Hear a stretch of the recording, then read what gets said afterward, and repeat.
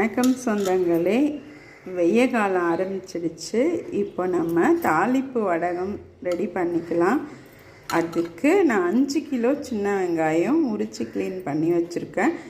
இப்போ அதை நம்ம சாப்பரில் போட்டு பொடிசாக கட் பண்ணிக்கலாம். இது மாதிரி பொடிசாக நம்ம சாப்பரில் கட் பண்ணி எடுத்துக்கலாம். 5 கிலோ வெங்காயத்துக்கு 2 கிலோ பூண்டு போட்டுக்கலாம்.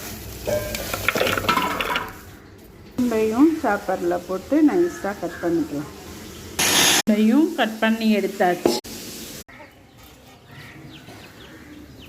சோம்பு, மிளகு, கடலைப்பருப்பு, உளுந்து, வெந்தயம், சீரகம், மிளகாய், மஞ்சத்தூள் போட்டுக்கலாம், சீரகம் போட்டுக்கலாம்,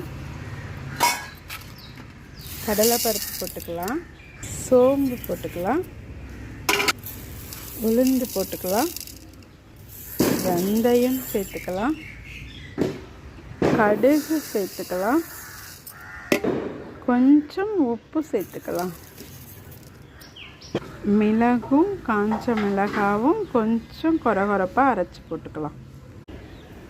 மிளகு, மிளகாய், கருவேப்பிலை எல்லாத்தையும் கொஞ்சம் கொரகொரப்பாக அரைச்சி நம்ம இந்த கலவையோடு சேர்த்துக்கலாம்.